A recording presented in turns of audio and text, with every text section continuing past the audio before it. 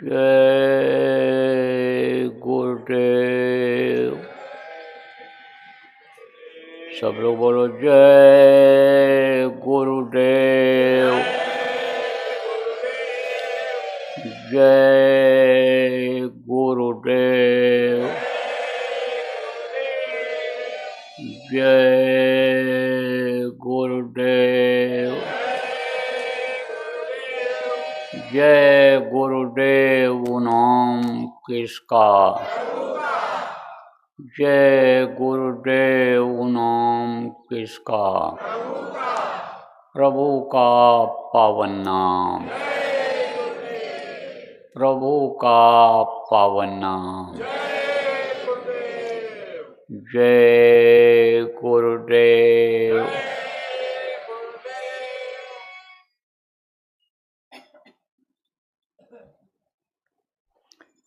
सर्वसमर्थ सर्वत्र अस्मरणीय दाता दयाल दीन बंधु कृपा निधान परम पूज्य गुरु जी महाराज, उपस्थित सभी साधक सत्संगी बच्चियों एवं बच्चियों, आज 16 फरवरी 2026 प्रातः ध्यान भजन के बाद का समय, आश्रम उज्जैन मध्य प्रदेश। इस अवसर पर अपने साधक लोगों को ये समझने की ज़रूरत है कि हमेशा इस संसार में, इस दुनिया में होशियार रहने की ज़रूरत है। ये जो जीवन का सफ़र है, जहाँ पर हम जी खा रहे हैं, ये जो चक्र चल रहा है, इसमें बड़ी होशियारी रखनी है। विशेषकर साधकों को मुसाफिर रहना तुम होशियार। काल ने बिछा दिया है जाल, इस जाल में कहीं फंस न जाएं। तो निरख परख अपनी करते रहना चाहिए। निरख परख किसको कहते हैं? निगरानी, रखवाली जिसको कहते हो। रखवाली अलग चीज़ होती है, निगरानी अलग होती है। निगरानी में देखते हैं कि देखो कोई गलत आदमी तो नहीं आ गया, क्या क्या काम हो रहा है, क्या नहीं हो रहा है, कहाँ गलत हो रहा है, कहाँ सही हो रहा है। निगरानी कहते हैं। इंग्लिश में उसको वॉच कहते हैं। वॉच करते रहो, कहते हैं ना, वेट एंड वॉच। इंतज़ार करो और देखते रहो, परखते रहो। ऐसे अपने को परखते रहना है। जैसे दूसरे को देखते हैं, दूसरे को वॉच करते हैं, निगरानी रखते हैं, ऐसे अपने की निगरानी रखनी चाहिए कि कहीं हम परमार्थ के रास्ते से अलग तो नहीं हो जा रहे हैं। अगर परमार्थ के रास्ते से, साधना का जो नियम है, साधना का जो रास्ता है, उससे अगर हम अलग हो जाएंगे तो गिरते चले जाएंगे, फिर उठ नहीं पाते हैं लोग। अब आपको समझाता हूँ सरल भाषा में कि साधना अगर एक बार खराब हो गई, बाधा आ गई, तो फिर जल्दी संभलती नहीं है। चढ़ाई होने लगी, एक दो स्थानों पर पहुँचे, लेकिन उसके बाद फिर वहाँ तक भी नहीं पहुँच पाते हैं। ये अक्सर लोग चिट्ठियों में लिख कर देते हैं, ये बच्चियाँ चिट्ठियों में लिख कर देती हैं कि पहले सुनाई पड़ता था, दिखाई पड़ता था, अब बंद हो गया। अब अपने को देखना चाहिए कि हमसे गलती कहाँ हुई। अब जब आदमी से एक गलती हो जाती है, तब गलती करता ही चला जाता है, क्योंकि यह मन की आदत है। जो आदमी परमार्थ के खिलाफ काम करता है, साधना जिसमें कट हो जाए, बंद हो जाए, ना दिखाई सुनाई कुछ पड़े, ऐसा अगर हो जाए तो देखना चाहिए कि गलती कहाँ हो गई, दोबारा फिर वो गलती न हो, नहीं तो मन फिर दोबारा वही गलती कराएगा। इसलिए बहुत होशियारी रखने की ज़रूरत है। और अगर गिरता जाएगा साधक तो दूसरे साधक या दूसरे लोग जब उसको देखेंगे तो पहले तो बहुत वो बहस करेगा, बताएगा सब हर चीज़, और उसके बाद में जब यानी समझो रास्ते से अलग होगा, डामाडोल होगा, जब नाम पर से विश्वास हटेगा, शब्द पर से विश्वास हटेगा, गुरु पर से जब विश्वास हटेगा तो दूसरे लोग भी कहने लगेंगे, और दूसरे लोग कहेंगे अगर इस चीज़ को तो क्रोध आएगा, गुस्सा आएगा। और क्रोध जो है वो एक अग्नि है, क्रोधी को ही वो जला देती है अग्नि। अग्नि को तो कोई भी हाथ में ले ले उसी को जलाएगी वो। अग्नि के पास कोई भी अगर जाके बैठ जाए तो जो खुद जलन पैदा होने लग जाती है। तो क्रोध एक अग्नि है, आग है। तो इन सब से बचने के लिए बड़ी होशियारी रखनी चाहिए। कहते हैं ना कि कम खाओ गम खाओ, लेकिन यह मुश्किल हो जाता है। मन अगर चला गया कि कोई चीज़ मिल रही है, अच्छी चीज़ मिल रही है, जो मन को भा गया तो कम खिलाता है। कम मिले तो तब तो बात यह है कि नहीं खाएगा, संतोष रहेगा, सब्र रहेगा। लेकिन अगर है तो ज़्यादा खा जाता है। और बर्दाश्त वाली बात ये जल्दी ख़त्म नहीं होती है।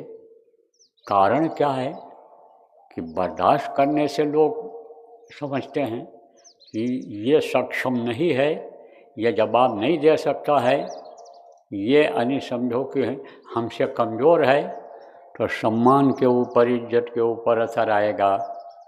इसलिए सम्मान बनाने के लिए, इज्जत बनाने के लिए बर्दाश्त आदमी नहीं करता है, बोल देता है, उसमें लड़ाई हो जाती है, उसमें झगड़ा हो जाता है।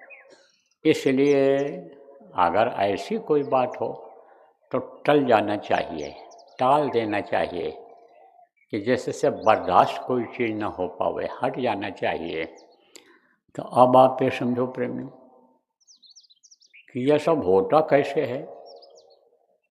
तो जहाँ तक मेरा रिसर्च है, मेरी शोध है, वो ये है, उदाहरण देकर आपको समझाता हूँ।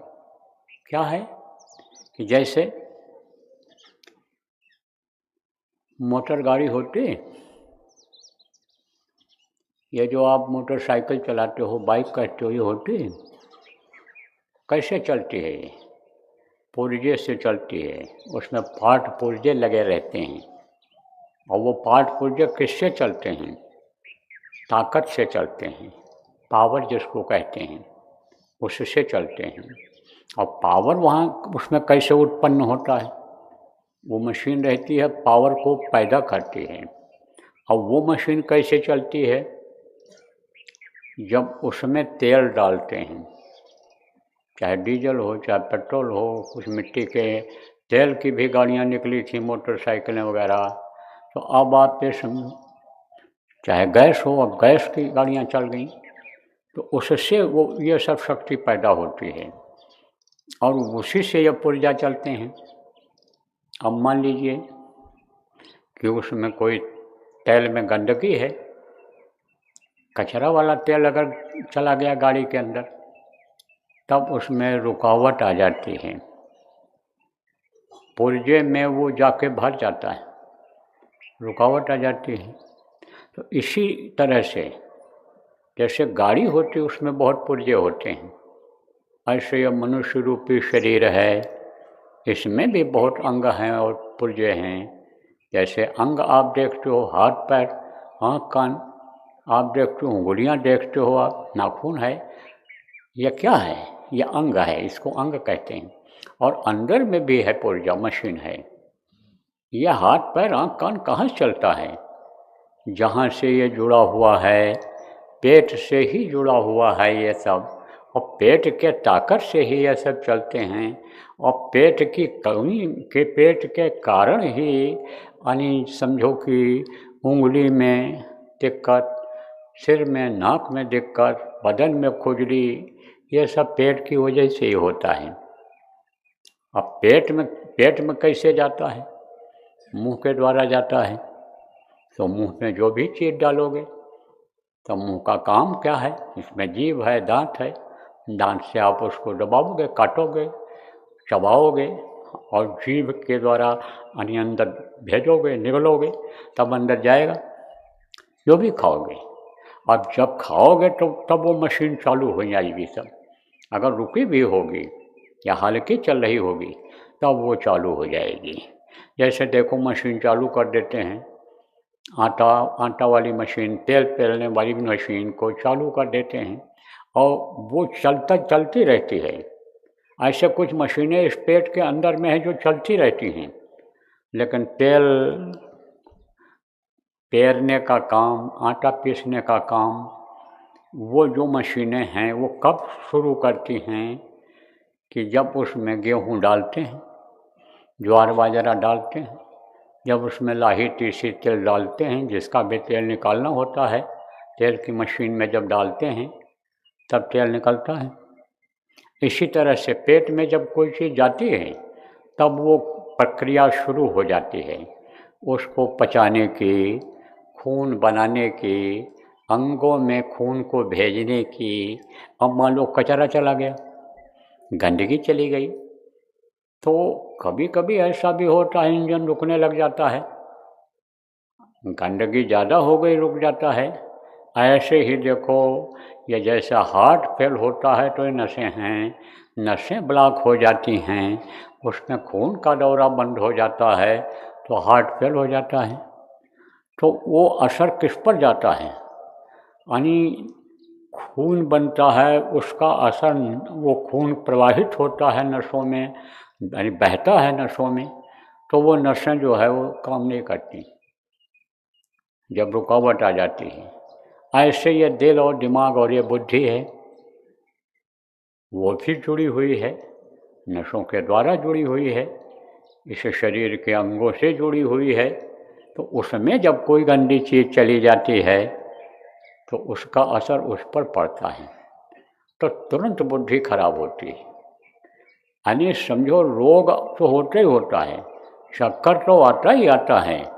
ये जो वैज्ञानिक दृष्टिकोण से शरीर के ऊपर असर पड़ना चाहिए वो तो पड़ता ही पड़ता है, लेकिन परमार्थी हिसाब से, सत्संगी साधक के हिसाब से, अगर कोई ऐसी गंदी चीज़ चली गई कि जो यानी उसके लिए ममानियत है, यानी समझो मना है कि ये चीज़ नहीं खाना पीना है, इससे बुद्धि खराब होती है, दिल दिमाग खराब होता है, वो चीज़ नहीं खाना चाहिए। सत्संगों में लोगों को क्यों बुलाया जाता है? सत्संग जगह जगह जा कर के क्यों किया जाता है? कि यह सब बातें लोग सीख जाएं, जान जाएं और याद कर लें, रट लें, और कार्यकर्ता, स्थानीय कार्यकर्ताओं को मालूम हो जाए और वो लोगों को समझा दें, इसलिए समझाया जाता है, बताया जाता है। तो जिसके लिए सख्त मना है कि किसी भी पशु का, पक्षी का मांस नहीं खाना है, तो मांस बिल्कुल नहीं खाना है, और अगर खा लिया तो समझ लो साधना बनने का तो कोई सवाल ही नहीं उठता है। संघर्ष से भी अलग हो जाओगे, गुरु से भी अलग हो जाओगे, प्रभु की दया से अलग हो जाओगे, एक तरह से इस धरती के बोझा बन कर के जियोगे, और जब शरीर छूटेगा तो गलती की सज़ा मिल जाएगी। इसलिए हमेशा इसको याद रखना है, मछली नहीं खाना है, अंडा नहीं खाना है, ऐसे नशे का सेवन नहीं करना है कि जिससे होश में न रह जाओ। कोई बीड़ी पी ले, सिगरेट पी ले, जिसमें केवल तंबाकू ही हो, या तम्बाकू पी ले तो नशे में नहीं रहेगा। रहेगा नशा, किसका नशा रहेगा? जो भी चीज़ खाओगे उसका नशा रहेगा। जैसे शाकाहारी भोजन में दही आता है, दही खा लो तो सुस्ती आ जाती है। क्यों? वो नशा करता है एक तरह से। जैसे आप देखो, कई दिन का दही अगर रखा है तो एकदम खट्टा होता है, तो उसमें ऐसे भाप निकलता है, वो उसमें जैसे एक मादकता होती है, नशा होता है। इसी तरह से इसका भी नशा होता है। जो चीज़ खाते हो उसका नशा होता है, तो इसका भी नशा होता है। बीड़ी, तंबाकू और ये हुक्का, इसका भी नशा होता है। हमने तो कभी पिया ही नहीं, छुआ तक नहीं, यहाँ तक समझ लो। गुरु महाराज ही हमारे कहा करते थे, हमने तो कभी पिया नहीं, ना तंबाकू खाया। तो अब आप समझो प्रेमियों कि इसमें तो भी कम नशा होता है। लेकिन कोई शराब पी ले, गांजा, अफीम, ताड़ी का इस्तेमाल कर ले, भांग खा ले, धतूरा खा ले, या और कोई चीज़ जो जिसमें तेज नशा हो, तमाम ये नशे की गोलियां बना दी गई या कैप्सूल लोगों ने बना दिया, उसी चीज़ को इकट्ठा करके और उसको आसमन के द्वारा या प्रोसेस जिसको कहते हैं, प्रोसेस करके और उसको उसका पावर बढ़ा दिया। जैसे होम्योपैथिक दवाई होती है, पावर उसका बढ़ा देते हैं। एक ही खुराक दवा खिला दिया जाए तो 6 महीने तक वो दवा का असर रहेगा, वो दवा काम करती है। ऐसे ही ये बहुत तेज नशा करने यानी खाने पर जो तेज नशा आता है, ज़्यादा खाने पर, जैसे ये भांग है तो भांग का गोला खाते हैं लोग, छोड़े छोड़े से शुरू करते हैं।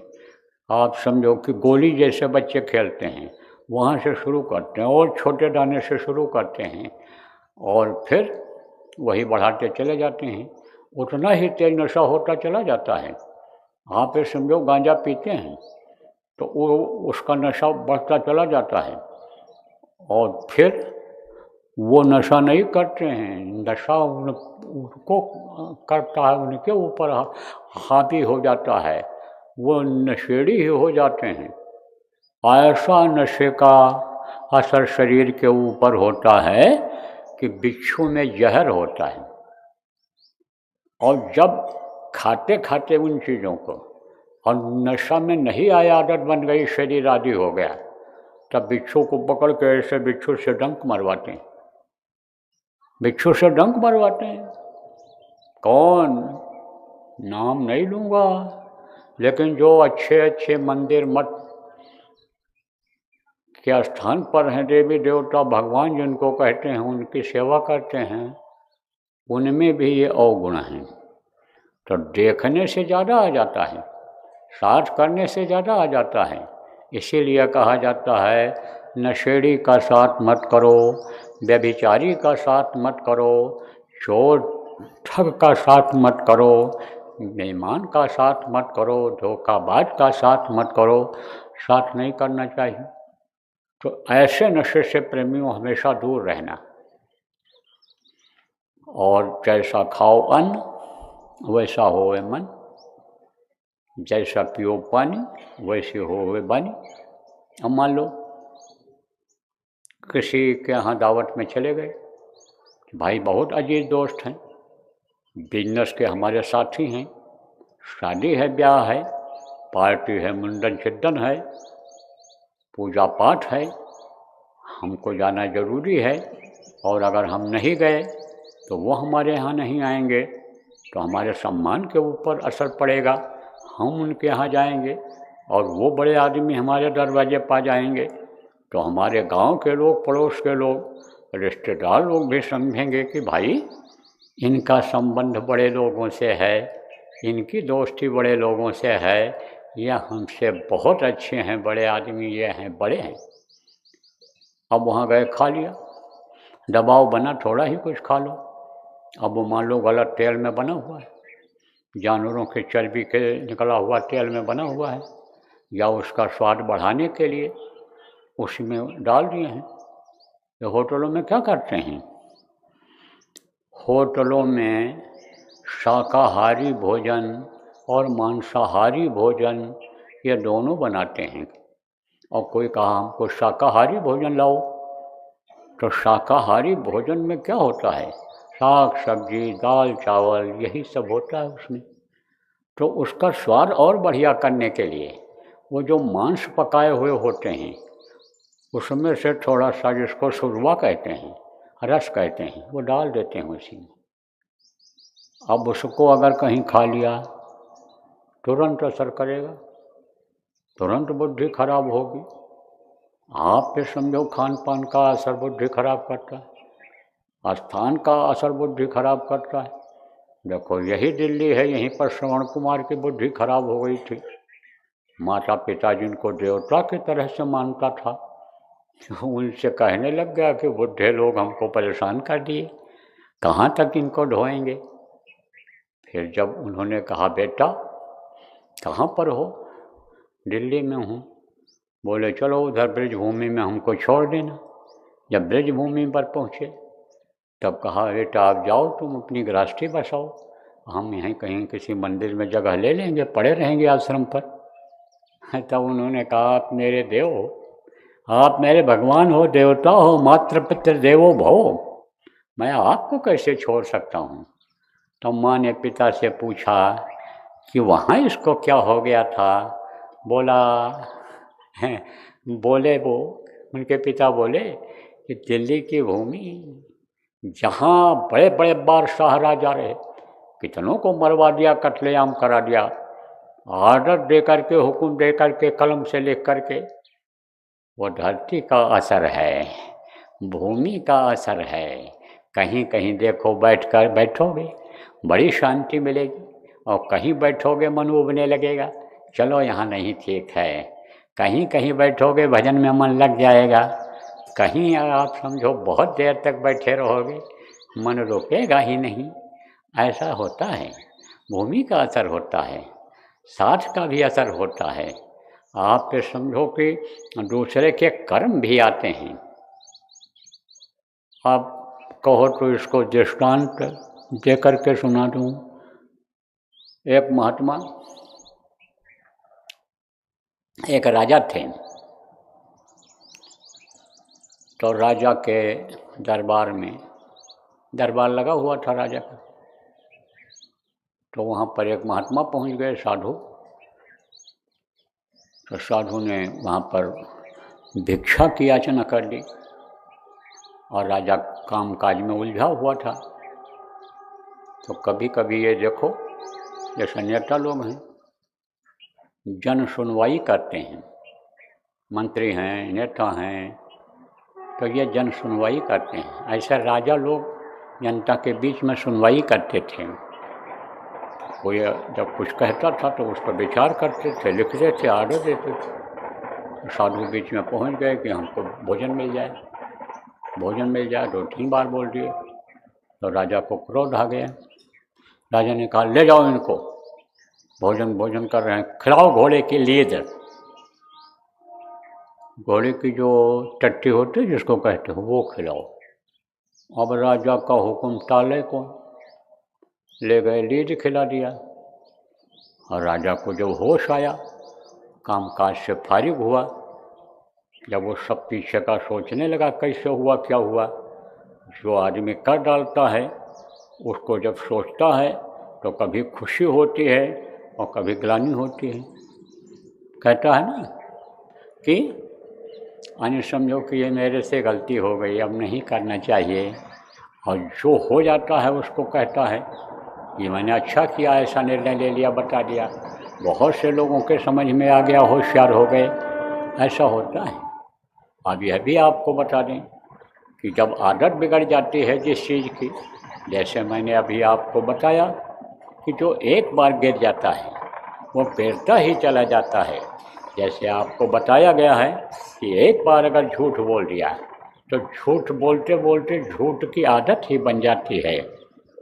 हर बात में कुछ न कुछ झूठ मिलेगा, झूठ बोलने की आदत बन जाती है।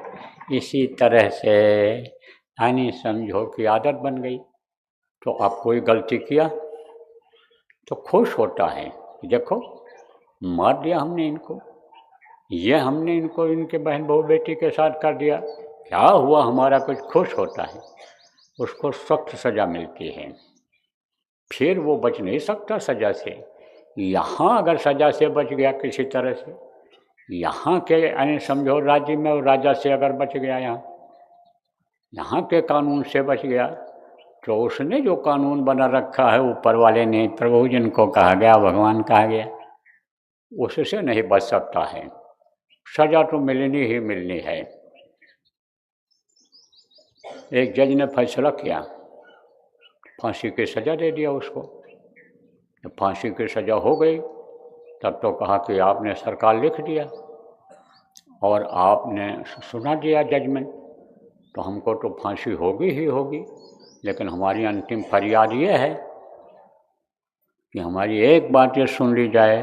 तो जज रुक गया, उठ रहा था, जा रहा था, रुक गया। फिर उसने कहा, सरकार, हम अपने दिल से कहते हैं, दिल की बात कहते हैं, अब भगवान को साक्षी बना करके कहते हैं कि हम इस कत्ल को नहीं किए हैं और कत्ल में हम शामिल भी नहीं हैं, हमको सज़ा आपने दे दिया। तब जज ने कहा, सोचो, तुमने अपने जीवन में कत्ल किया है कि नहीं किया है? कत्ल किया है तुमने। कहते ना, न्यायमूर्ति होते हैं, न्याय करते हैं। न्यायमूर्ति किसको, मूर्ति किसको कहते हैं?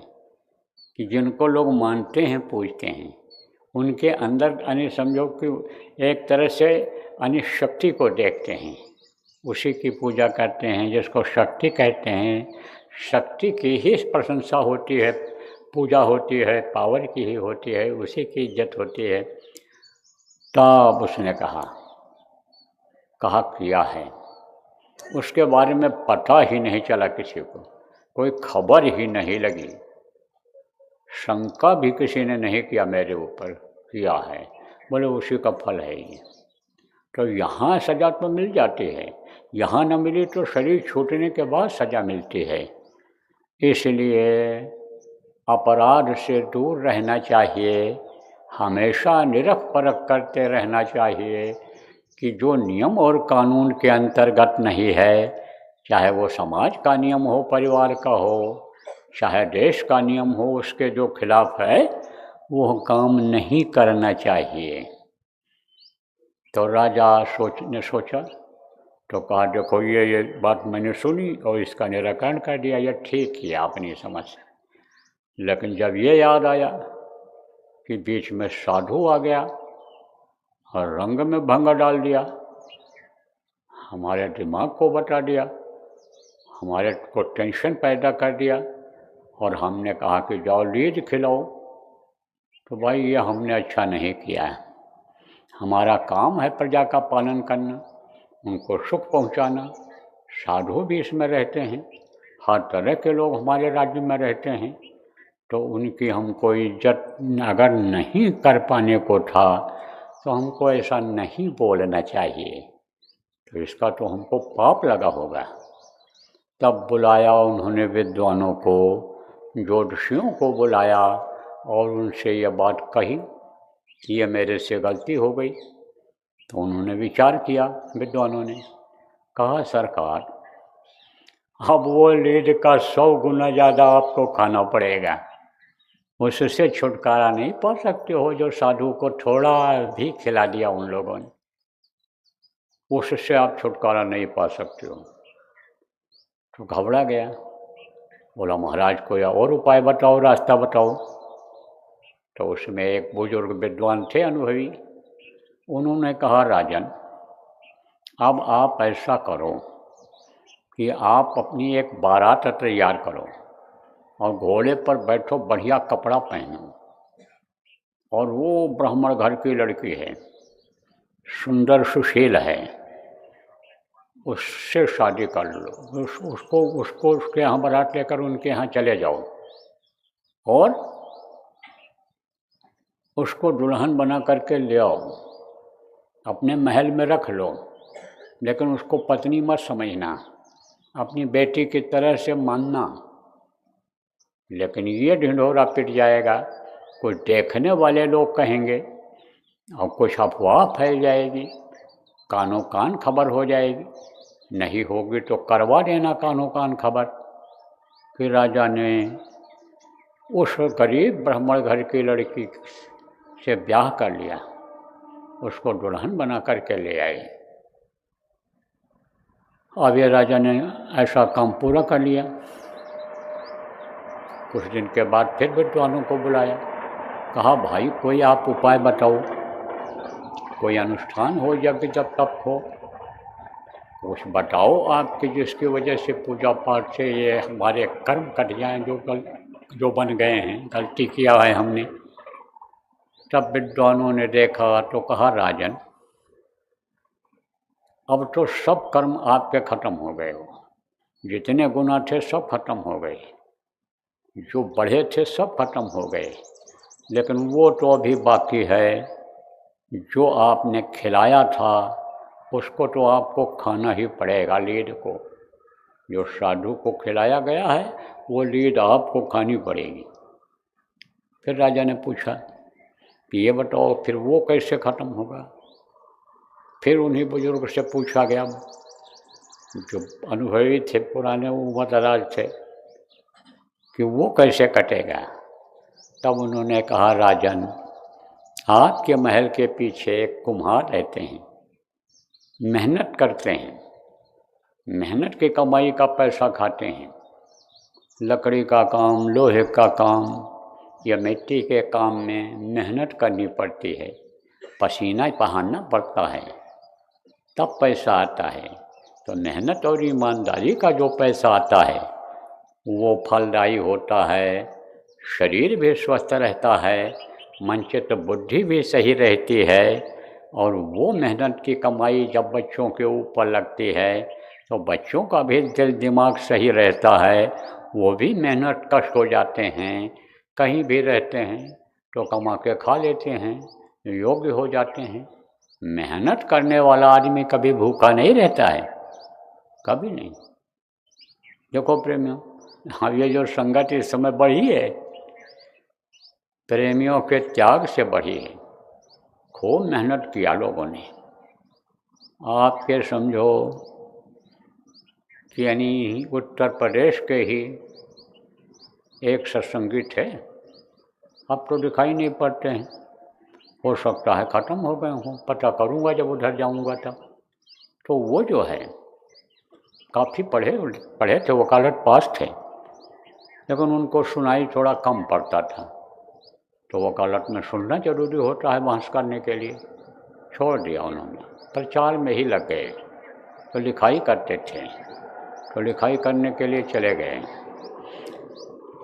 पैसा ख़त्म हो गया, तो खाने का ठिकाना नहीं, किराया भाड़ा तो अलग रहा। सत्संगी कभी बगैर किराए के चलते नहीं है, बगैर टिकट के, यह सिद्धांत है, वसूल है, उनका भी था। तब वो जा रहे थे ऐसे, तो एक पेंटर था, बोर्ड बना रहा था, तो वहीं खड़े हो गए, तो उससे कुछ गलती हो रही थी, तब इन्होंने बताया इसको ऐसे घुमा दो तो और अच्छा लगेगा, बढ़िया लगेगा, कर दिया। देखा उसने, कहा तो कहा आप जानते हो पेंटिंग करना? बोले जानता हूँ।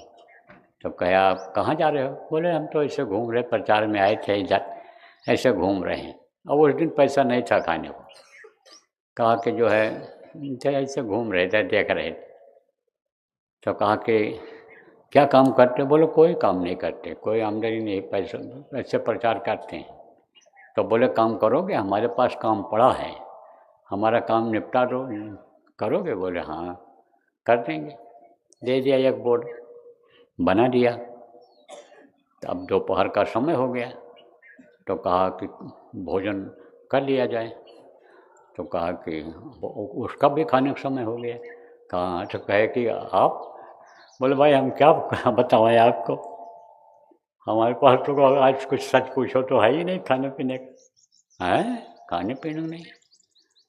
तो कहा कि तो हम देते हैं आपको। बोले ऐसे नहीं, मजदूरी इसकी हमको आप दे दो, जो हमने लिखा है उसमें से हम अपने हिसाब से खा पी लेंगे। तो मेहनत करके उन्होंने, आप ये समझो कि उसी के यहाँ से खाने का इंतजाम का अपना इंतजाम कर लिया। धर्मशाला में जो थोड़ा बहुत देना पड़ता है जहाँ ठहरे थे उसका इंतजाम कर लिया और भाड़ा का इंतजाम कर लिया। फिर चले आए, फिर वापस आ गए। रिक्शा चला चला करके लोगों ने पैसा इकट्ठा किया। ऐसी ऐसी हालत हुई है, ये हमारे ऊपर भी बीती है। कुछ नहीं रहे थे, बस ठीक निकल पड़े गुरु महाराज के दिया। गुरु महाराज ने एक जगह भेज दिया, जाओ 2-3 जगह जाओ, चिट्ठी दे आओ। और पैसा नहीं, बहुत मुश्किल। भाड़ा किसी तरह से यानी जो है जो थाल उसमें से लेकर खर्च करके आए। ऐसी भी स्थिति हुई है, ऐसी भी स्थिति हुई है कि किराया नहीं है, सोच रहे हैं कैसे जाएंगे। तब तक माध्यम बन गए, उसी विभाग के अधिकारी मिल गए, वो कहे चलो चले चलो। तो अब आप ये समझो प्रेमियों कि मेहनत कष्ट जो होता है वो कभी भूखा नहीं मरता है। तो कुम्हार था, कुम्हार बर्तन बनाते थे अपना और भजन भाव भक्ति करते थे। कोई संत मिल गए थे, रास्ता बता दिया था, यही रास्ता जो हमको आपको गुरु महाराज ने बताया। इसी रास्ते पर चलते थे, साधना करते थे, त्रिकालदर्शी हो गए थे। त्रिकालदर्शी किसको कहते हैं? जो पीछे का भी देखता है और इस समय जो हो रहा है उसको भी देखता है और आगे क्या होने वाला है उसको भी देखता है, उसको त्रिकालदर्शी कहते हैं। त्रिकालदर्शी हो गए थे। तो उन्होंने, विद्वान ने कहा कि वो नहीं, ये आपकी निंदा किए हैं, बाकी तो निंदा करके बुराई करके सारी लीद लोगों ने बांट करके खा लिया जो 100 गुना हुआ था। लेकिन वो लीद अभी बाकी है जो आपने खिलवाया था। अगर वो कह दें कि आपने अच्छा नहीं किया, गलत किया आपने, तो वो भी कट जाएगी।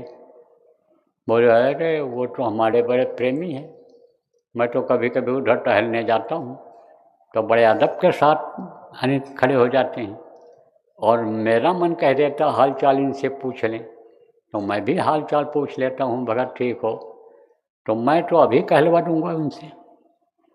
राजा अहंकार में गया, जब देखा राजा हमारे दरवाजे पर आए हैं तो कुम्हार ने बिछा दिया उनके पास जो भी था, कहा सरकार आप बैठो।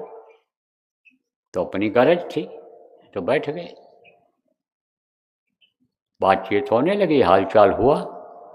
वो सब बोले सब प्रभु की कृपा है, आपकी दया है, पहले अन्नदाता वो हैं, प्रभु हैं, फिर आप हो, आप ही के राज्य में हूँ, आप ही परवरिश करते हो, आप ही ध्यान रखते हो, आप ही का है। दूसरे एक तरह से अन्नदाता आप हो। उसने भी इस तरह से प्यार से ही राजा से कहा, यह भी प्यार से कहे, वो सम्मान से कहा उनको।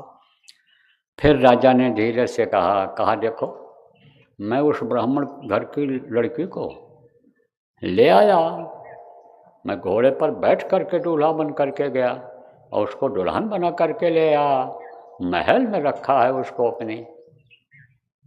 तो सुनते रहे हो।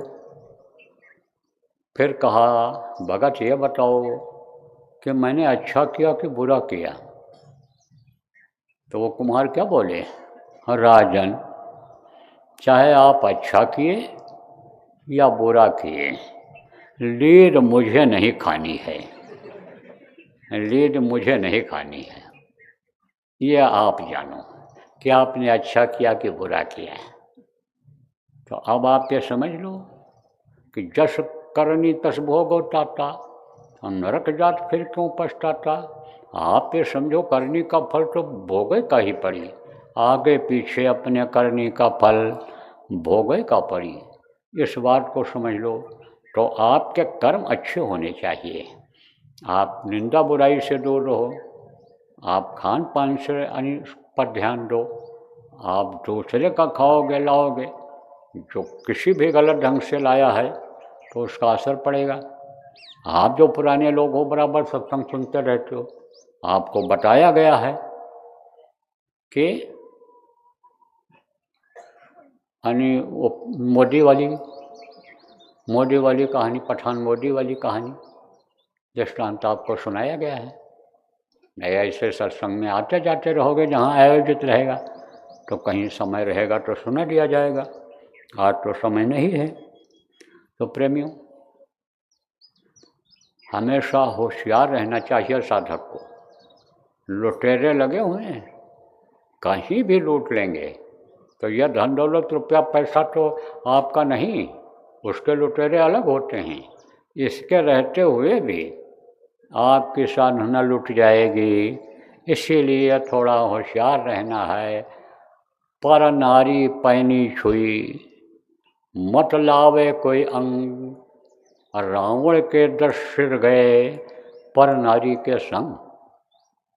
अब आप ये समझ लो, पर नारी पर नज़र लग गई उसकी, रावण की गलत नियत हो गई और वही उसके 10 सिर काटने का कारण बन गया।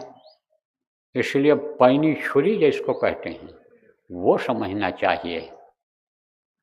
आप समझो प्रेमियों, अपनी औरत से आप बच्चा पैदा करो, जो भी करो, लेकिन पर नारी का स्पर्श भी जो होता है वो भी साधक के लिए गिरने का कारण बन जाता है। इसी तरह से बच्चियों, आप भी समझ लो, पर पुरुष से आंख मिलाना भी वो एक जहर पैदा करने का काम शरीर में करता है। इसलिए जो साधना करने वाली, साधना में बने, साधना कुछ उच्च स्थान पर हम जाएं, आगे बढ़ें, ऐसी इच्छा रखने वाली या जितनी भी नामदानी हो, आप इनसे दूर रहो। अपने पति के साथ रहो, 24 घंटा रहो, समय है उनके पास, आपके पास। हम ये नहीं मना करते हैं उनके साथ ना रहो, लेकिन पर पुरुष, दूसरे पुरुष पर आप मत नज़र लगाओ, दौड़ाओ, उनसे दूर। एक तरह से जहर चढ़ना होता है, और स्पर्श अगर हो गया तो इससे ये भावना बदलती है, जगती है। ये यानी समझो कि ये जो इंद्रियां यानी प्रबल हो जाती हैं, भोग की तरफ ये चली जाती हैं। और भोगी आदमी से भक्ति नहीं हो सकती है। कामी क्रोधी लालची, इनसे भक्ति न होए। भक्ति करे कोई सूरमा, जात वर्ण कुल खोए। भक्ति वही कर सकता है। आप ये समझो कि जो इससे दूर रहना चाहेगा रहेगा, और भक्ति अगर नहीं करेगा तो शब्द से बोलना। अगर चाहते हो तो भक्ति करो, गुरुमुखता लाओ, तभी शब्द पकड़ में आएगा। आपको बताएगा शब्द खुले गुरु मेहर से। और शब्द जब तक नहीं मिलेगा तब तक आपको निराशा रहेगी और बिल्कुल निर्जीव जैसे रहोगे। लेकिन शब्द अगर मिल गया तो एकदम जान आ जाती है, ताकत आ जाती है। कल भी एक देवी, अब तो हमको मौका नहीं मिलता है पढ़ने का, बहुत काम हो गया, बहुत लोग लिखने लगे तो मना कर दिया। लेकिन एक डायरी की किसी ने डाल दिया था, उसमें कह रहे थे कि आवाज़ सुनते हैं बहुत अच्छा लगता है, आनंद आ जाता है, मस्ती आ जाती है। तो अब आप इस बात को समझो कि वो मस्ती, वो शब्द जो सुनाई पड़ता है वो आपको नहीं सुनाई पड़ पाएगा।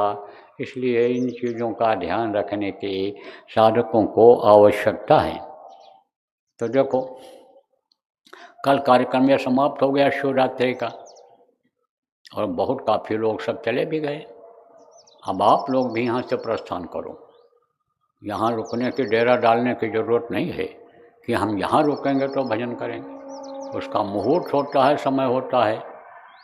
तो उस समय पर समझो आप कि जब आप यहाँ करते रहे तो आपको फ़ायदा रहा, लेकिन अब अगर करो तो वो नहीं, वो बात नहीं रहेगी। उसी चीज़ को आप घर पर करोगे। जहाँ आप मेहनत मजदूरी करके कमाई करते हो, लाते हो, खाते हो, वहाँ रहोगे, वहाँ खाओगे, वहाँ घर के बाल बच्चों की सेवा करोगे, तो वहाँ वो बात आ सकती है। तो कौन भजन करेंगे, सत्संग सुनेंगे, तो सत्संग तो बहुत सुनाया गया। सत्संग वचनों को पकड़ने की ज़रूरत है। तो जिनकी यहाँ ज़रूरत है, गोष्ठी मीटिंग करनी है, या जो कार्यकर्ता हो आप, जो सेवादार हो, यहाँ पर आए हो सेवा करने के लिए, ज़रूरत है तो आप यहाँ रुको, नहीं अब सब लोग जाओ। अब चली चला का बेला हो गया। अब ये मत सोचो कि भगा रहे हैं, भगा नहीं रहे हैं, आपके हित की बात कर रहे हैं, आपके फायदे की बात कर रहे हैं। और फिर जब आवाज़ लगेगी आ जाना, जिसके लिए जहाँ भी नज़दीक पड़े वहाँ जाना।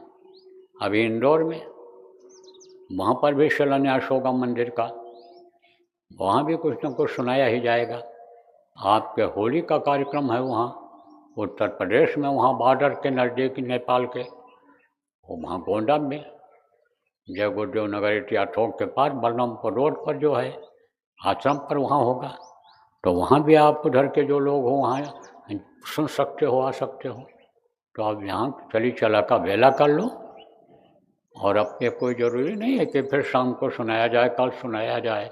ध्यान भजन तो होगा, हम यहाँ रहेंगे तो हम करा देंगे, नहीं रहेंगे तो कोई ना कोई यहाँ कराएगा। तो वो तो चलता रहेगा। कुछ लोग आश्रम पर रहते हो, आश्रमवासी हो, तो अब आप यहाँ पर बराबर करते रहना, यहाँ आश्रम पर करते रहना। और आश्रम पर जो लोग रहते हो, अगर भंडारे में खाते हो, दूसरे का दिया हुआ खाते हो, तो आप करते भी तो हो, मेहनत करते हो, जिम्मेदारी है आपकी, करते हो, कराते हो, तो लदता नहीं है। दूसरे को नहीं देना पड़ेगा आपको भजन में, क्योंकि आप सेवा करते हो। खाली बैठ कर के जो खाओगे कोई काम नहीं रहेगा, तब तो भजन में कटौती होगी। लेकिन अगर मतलब सेवा कुछ करते रहोगे तो वजह होता रहेगा। लेकिन बाहर के लोग आओ यहाँ पड़े रहो, तो आप समझो आपका कोई परमार्थी लाभ नहीं होगा खाली पड़े रहने से। इसलिए वहीं जा कर के करो। तो अब आप लोग प्रस्थान करो, और हम भी अब आगे का प्रोग्राम बनाएंगे अपना और निकलेंगे, क्योंकि अब शरीर चलने फिरने लायक है इस समय। तो चलेंगे, चलते रहेंगे, करेंगे, गुरु महाराज की दया लेंगे, और प्रेमियों के लिए कुछ बताएंगे, समझाएंगे। दुनिया में मतलब धर्म की स्थापना आने के लिए काम करेंगे। तो बोलो जय गुरुदेव।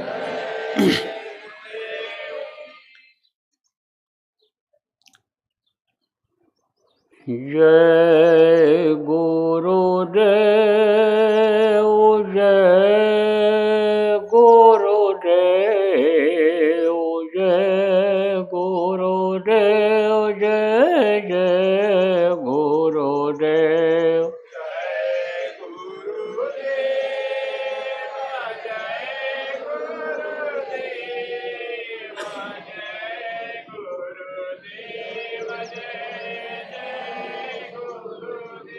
जय गुरुदेव, जय गुरुदेव, जय गुरुदेव, जय जय गुरुदेव।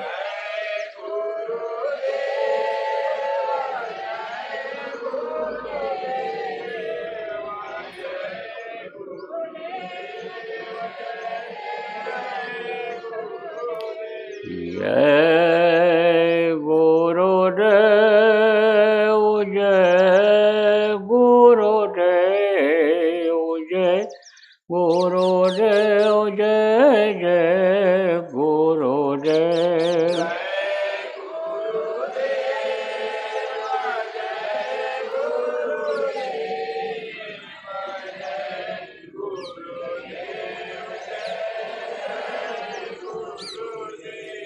जय गुरुदेव, जय गुरुदेव, जय गुरुदेव, जय जय गुरुदेव।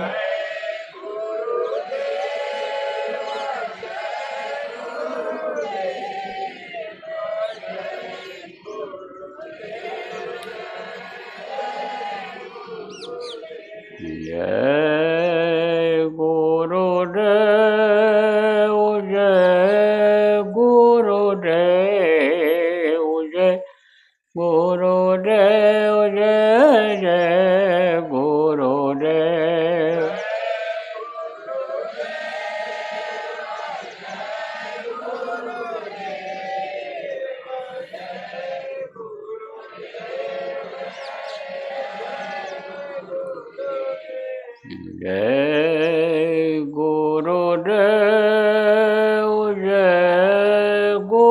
गुरुदेव जय गुरुदेव जय जय गुरुदेव।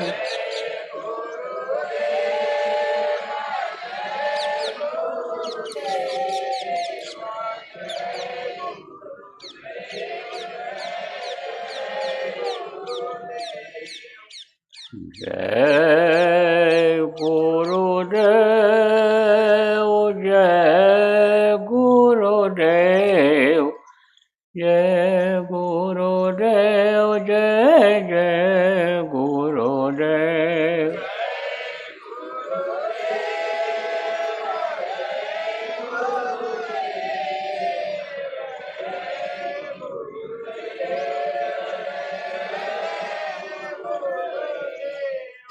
जय